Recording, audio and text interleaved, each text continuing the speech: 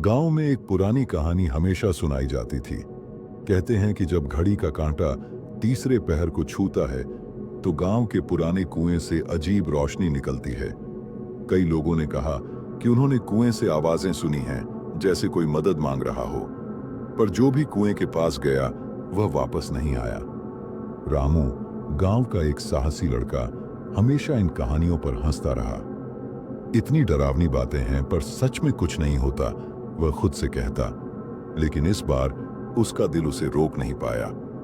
तीसरे पहर की रात, चांदनी ठंडी और मंद थी। रामू अपने मोबाइल की टॉर्च और एक रस्सी लेकर कुएं के पास पहुंचा। हवा में कुछ अजीब सा फुसफुसाना था, जैसे पेड़ भी डर से कांप रहे हों।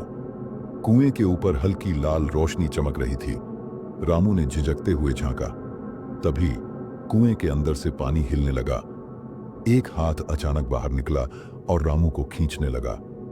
रामू डर के मारे पीछे हटने लगा, लेकिन हाथ उसे पकड़ने में सफल रहा।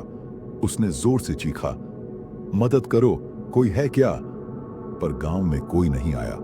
हवा और भी तेज हुई और कुएं की रोशनी तेज होती चली गई। रामू का सामना अब उस अदृश्य शक्ति से था। उसने अपनी हथेली से कुएं की दीवार को पकड़ लिया और जैसे तैसे अपने शरीर को ऊपर खींचा।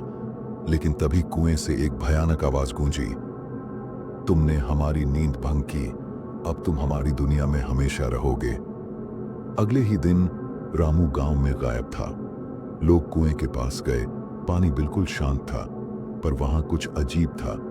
कुएं के पानी में रामू की आंखें अब भी चमक रही थीं। सालों तक गांव वाले कहते रहे कि जो भी रात का तीसरा पहर कुएं के पास जाता है वह कभी वापस नहीं आता। और रामू, उसकी आंखें अब भी कुएं में चमकती हैं, जैसे कह रही हों, अगर तुम बहादुर हो तो देख लो, पर याद रखना, तीसरे पहर यहां मत आना। अगर आपकी घड़ी का कांटा तीसरे पहर को छुए और आपके मोबाइल की टॉर्च अचानक बंद हो जाए, समझ जाइए कोई आपको देख रहा है।